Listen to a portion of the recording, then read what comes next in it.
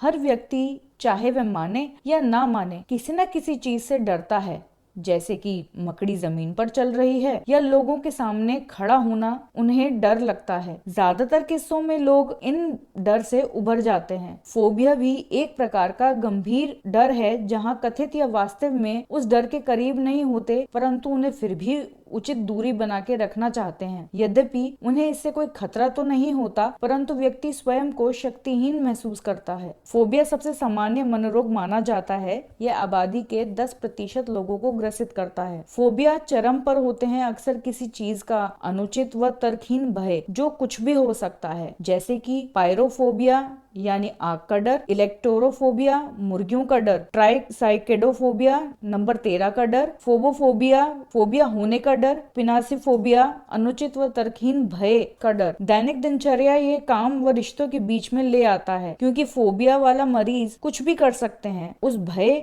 व फोबिया को दूर करने के लिए। उदाहरण के तौर पर अक्सर लोग मकड़ी के साथ अच्छा महसूस नहीं करते, परंतु उसे रोजमर्रा व सामाजिक जिंदगी पर असर नहीं डालने देते। जबकि जंगल में मकड़ियां तो होती हैं, परंतु वहां कैंपिंग करना नहीं छोड़ते, चाहे उसे कैंपिंग करना कितना भी पसंद हो। व्यक्ति जिसे आर्कनोफोबिया है, यानी उसे मकड़ियों से डर लगता है, वो वहां नहीं जाएंगे, क्योंकि वे जानते हैं कि उन्हें कहीं ना कहीं मकड़ी दिख ही जाएगी। यह डर उनकी सामाजिक जिंदगी, रिश्तों पर भी असर डालती है। यह फोबिया ही है। ज्ञान रहित व अनजान चीज या स्थिति के डर को विशिष्ट भय कहा जाता है। इनको 5 प्रकार में विभाजित किया गया है, जैसे कि जानवरों का डर, जिसे अराक्नोफोबिया या इलेक्ट्रोसोफोबिया कहा जाता है। सामान्य वातावरण का डर, जैसे कि अंधेरा या निक्टोफोबिया। खून व सुई का डर, हीमोफोबिया। स्थिति जन्य भय, जैसे उड़ने का डर, एवियोफोबिया। बाकी अन्य भय, जैसे जोकरों का डर, कॉलरोफोबिया। ये विशिष्ट फोबिया 3 मुख्य प्रकारों में से एक है। अन्य 2 प्रकार एगोराफोबिया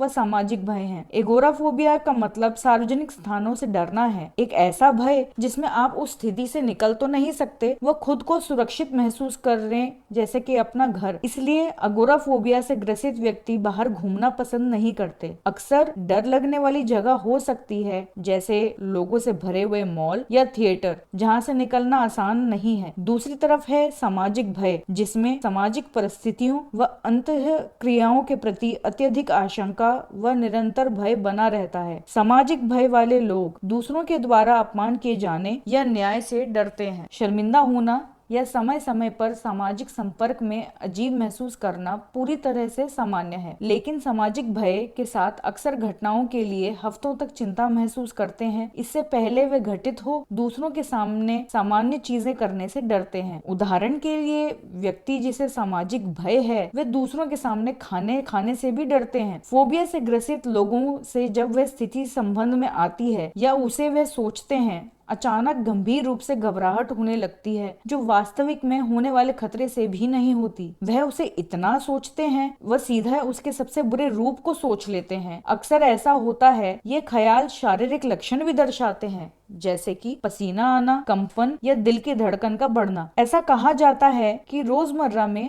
होने वाले भय को फोबिया से अलग करना बहुत अहम है। यदि हम सीढ़ी चढ़ रहे हैं, डर तो लगना सामान्य है। अपने पसंदीदा ठंडे दही खाने की जगह को दूसरी मंजिल पर सोचना भी एक फोबिया है। अपने दोस्त के घर उसके पालतू सांप को सोचना डर है, परंतु अपने दोस्त के घर बिल्कुल न जाना क्योंकि वहाँ सांप है, ये एक फोबिया है। घर में आसपास फिसलन नहीं है, तब भी डर लगना हर रोज का एक डर है। मूल रूप से यह विचार करना उचित या उचित प्रतिक्रिया होगी, लेकिन भय का कारण क्या है ये हम नहीं जानते। परंतु यदि आपके परिवारजन को फोबिया है, तो आपको यह होने की संभावना बढ़ जाती है। कभी कभी फोबिया हादसों या घटनाओं के बाद भी हो सकती है, जैसे कि आक्रामक रैकून का सामना करना। अब विशिष्ट उपचार के लिए, विशिष्ट व्यक्ति के डर के लिए उपचार बेहद ही महत्वपूर्ण है, क्योंकि रोगी उपचार के आधार पर अलग अलग प्रतिक्रिया दे सकते हैं, खासकर अगर इन स्थितियों में अवसाद व नशीली दवाओं के दुरुपयोग को शामिल किया जाता है। मनोचिकित्सा, विशेष रूप से संज्ञानात्मक व्यवहार चिकित्सा, रोगियों के लिए ज्यादा फायदेमंद हो सकती है। संज्ञानात्मक व्यवहार थेरेपी रोगियों को यह समझाने के लिए कि उनका डर बेवजह है। ये सच है कि सबसे बुरे भय की संभावना सच है, जैसे कि